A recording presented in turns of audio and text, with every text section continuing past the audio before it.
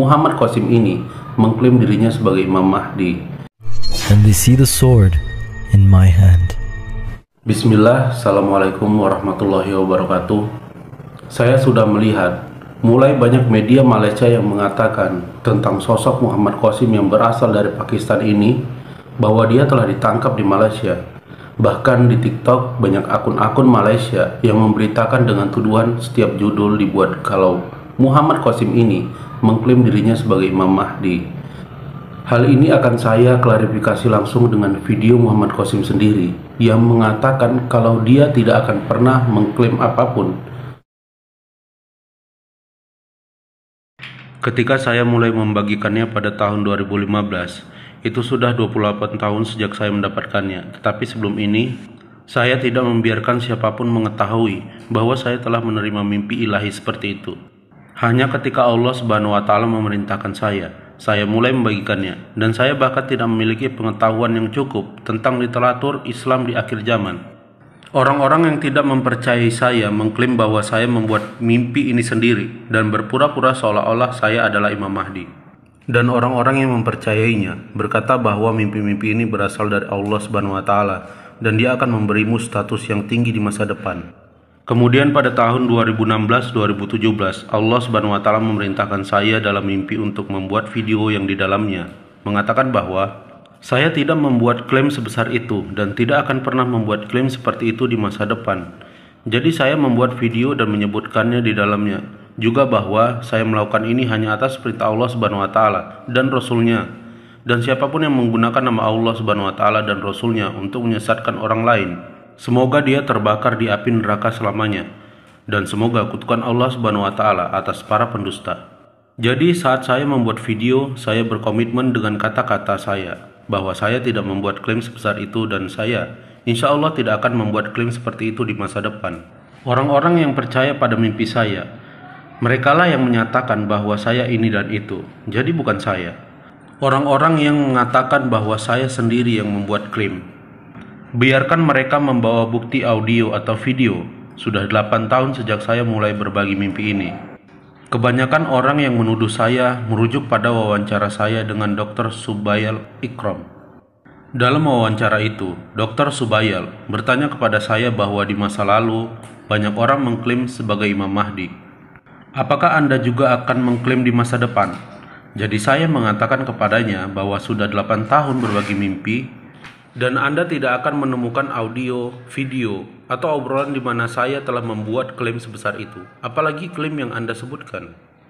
Tetapi orang lain baru saja mendapat sebuah klip dari wawancara dan menuduh saya membuat klaim. Kenyataannya berlawanan dengan apa yang mereka tuduhkan kepada saya. Mengapa mereka tidak melampirkan bagian dari wawancara Neo TV di mana saya menyebutnya? Jadi jelas ya, pada video ini Muhammad Qasim langsung yang mengatakan tidak akan pernah diklaim, sampai kapanpun gak akan pernah. Tapi itulah anehnya, kenapa malah orang-orang yang baru mengetahui berita ini langsung mengatakan dia klaim diri sebagai Imam Mahdi. Padahal jelas juga di video tadi Muhammad Qasim mengatakan silahkan cari audio atau video yang menyatakan Muhammad Qasim klaim diri sebagai Imam Mahdi. Kembali pada media massa Malaysia, saya tahu kalian sebagai media hanya akan mencari berita-berita hangat yang memungkinkan, menarik dan sedang banyak diperbincangkan karena pro dan kontranya. Namun saya ingin menegaskan kembali, tolong buat media massa Malaysia, baik seperti arrahmah.id, Malaysia Gadget, Cosmo, dan media lain di Malaysia. Saya ingin kalian mencoba menjadi muslim yang sesungguhnya, sebagaimana muslim itu harusnya benar-benar berpegang teguh kepada Al-Quran dan hadis. Jika kalian media massa Malaysia hanya menerima berita begitu saja yang kalian dengar, lalu kalian lanjut memberitakannya ke banyak orang tanpa kalian itu mencari tahu dulu kebenaran dan kepastian, ini dampaknya akan sangat berisiko sekali, karena kalian tidak terapkan apa yang harusnya dilakukan. Seperti pada Quran surah Al-Hujarat pasal 9 ayat 6 yang Allah katakan kepada kita, Allah Subhanahu wa Ta'ala berfirman, "Wahai orang-orang yang beriman, jika seorang yang fasik datang kepadamu membawa suatu berita, maka telitilah kebenarannya agar kamu tidak mencelakakan suatu kaum karena kebodohan. kecerobohan yang akhirnya kamu menyesali perbuatanmu itu. Jadi jelas Allah telah memanggil kita dengan sebutan orang beriman, yang kalau kita mengetahui suatu berita, kita harus perhatikan dengan teliti sumber kebenaran berita itu. Tidak bisa langsung begitu saja kita terima lalu disebarkan lagi. Tidak bisa seperti itu. Penyesalan yang ada nantinya jika kita melakukan begitu. Masa iya kalian benar-benar hanya ingin mencari berita dan menyampaikannya begitu saja tanpa menelitinya terlebih dahulu kebenarannya? Hati-hati loh, berita mimpi Muhammad Qasim ini bukan seperti berita lainnya.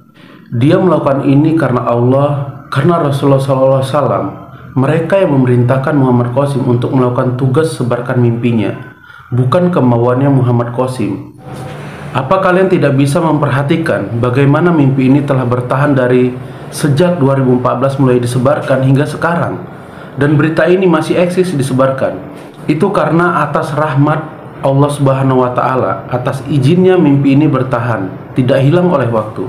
Semakin bertambahnya waktu, semakin bertambah banyak orang yang percaya dengan mimpinya ini. Mungkin kalau kalian belum tahu soal mimpi di akhir zaman, sekarang bisa perhatikan ini.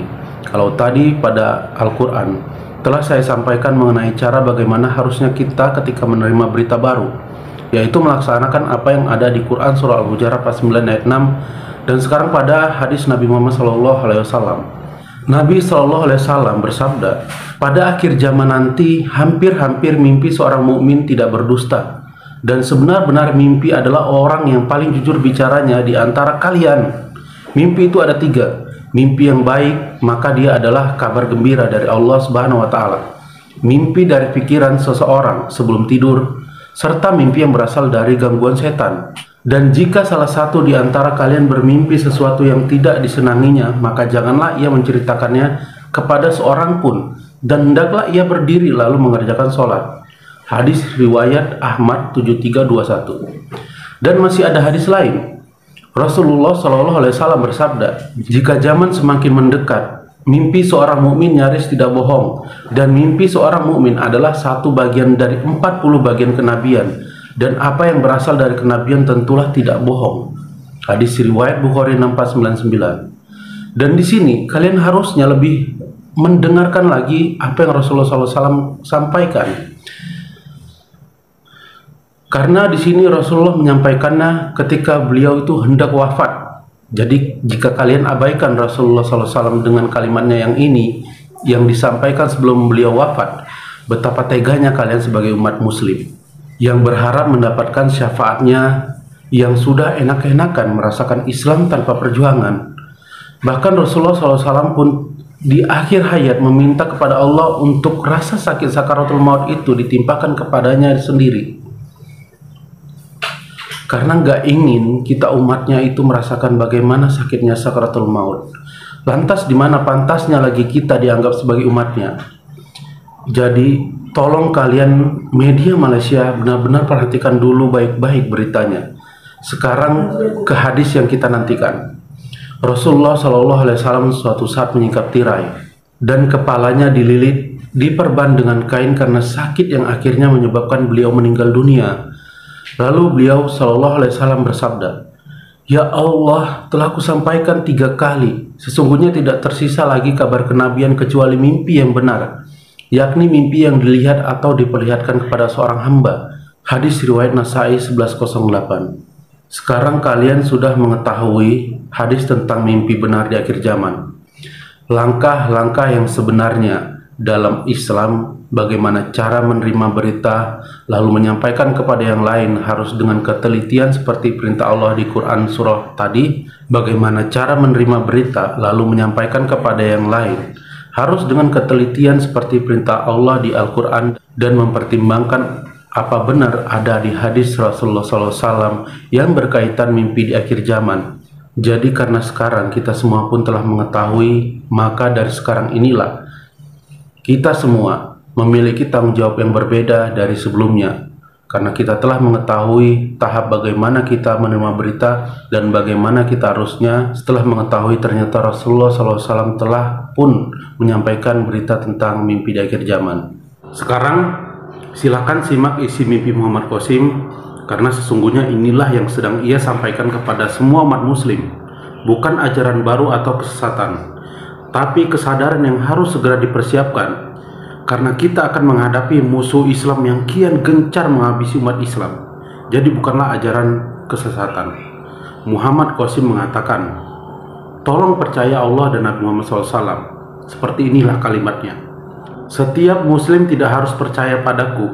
Setiap muslim harus percaya dan mendengarkan Nabi Muhammad SAW mengenai apa yang Nabi Muhammad SAW beritahukan tentang hari kiamat dan apa yang terjadi sebelum kiamat.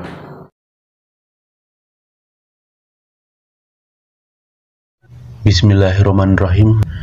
Mimpi ini pada tanggal 31 Agustus 2022. Jadi, di mimpi ini ada beberapa perkiraan waktu yang diperlihatkan Allah dalam mimpinya Muhammad Qasim. Ingat, bukan secara langsung ya, akan tetapi di balik tabir. Disebutkan di sini, awal mulanya ada beberapa orang yang bertanya kepada Muhammad Qasim tentang berapa banyak waktu yang tersisa sebelum kiamat.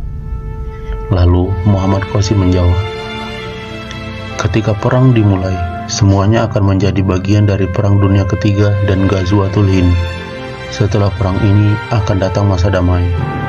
Perang akan berlangsung selama sekitar 4 tahun dan era perdamaian setelahnya adalah 7 tahun.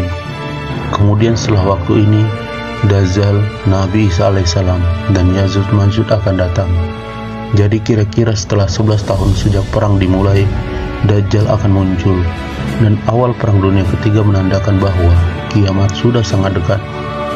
Tidak banyak waktu yang tersisa, sama sekali berbeda seperti yang diklaim dan dikatakan beberapa orang bahwa peristiwa ini sangat jauh. Kemudian seseorang bertanya kepadaku, berapa banyak orang yang akan mati dalam perang ini?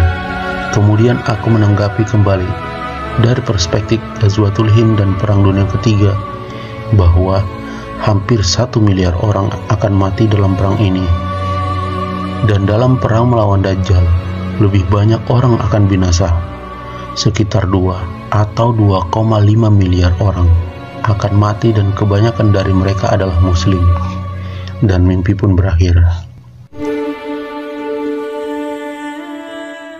Itulah mimpi Muhammad Qasim yang terbaru. Nah, jika perang dunia ketiga sudah dekat, apa yang harusnya kita lakukan? Sebaiknya sebelum ini terjadi, kalian harus sudah mengerjakan apa yang diperintahkan Allah. Allah Subhanahu wa Ta'ala berfirman, dan persiapkanlah dengan segala kemampuan untuk menghadapi mereka dengan kekuatan yang kamu miliki dan dari pasukan berkuda yang dapat menggentarkan musuh Allah, musuhmu, dan orang-orang selain mereka yang kamu tidak mengetahuinya. Tetapi Allah mengetahuinya. Apa saja yang kamu infakkan di jalan Allah, niscaya akan dibalas dengan cukup kepadamu, dan kamu tidak akan dijolimi atau dirugikan. Quran Surah Al-Anfal 8 ayat 60. Dan juga perintah Nabi Rasulullah SAW bersabda, tak lama lagi sebaik-baik harta seorang muslim adalah kambing yang ia gembalakan di lereng-lereng gunung dan tempat-tempat hujan turun. Ia lari untuk menyelamatkan agamanya dari gelombang fitnah. Sebagai orang yang beriman, harusnya perintah ini sudah segera kita kerjakan ya. Tidak ada lagi alasan buat kita, karena ini juga kebaikan untuk diri kita juga. Lalu, dikatakan bahwa Ghazwatul Hind adalah bagian dari perang dunia ketiga juga. Namun, apakah semua sudah tahu apa itu Ghazwatul Hind?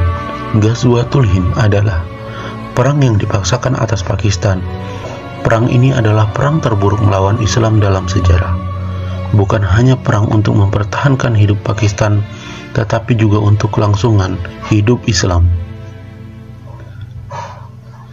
Karena sebelum perang ini, 2 benteng utama Islam, Turki dan Arab Saudi, telah dihancurkan oleh kekuatan Illuminati. Karena Pakistan adalah benteng terakhir Islam, jadi sangat penting membela Pakistan untuk menyelamatkan Islam.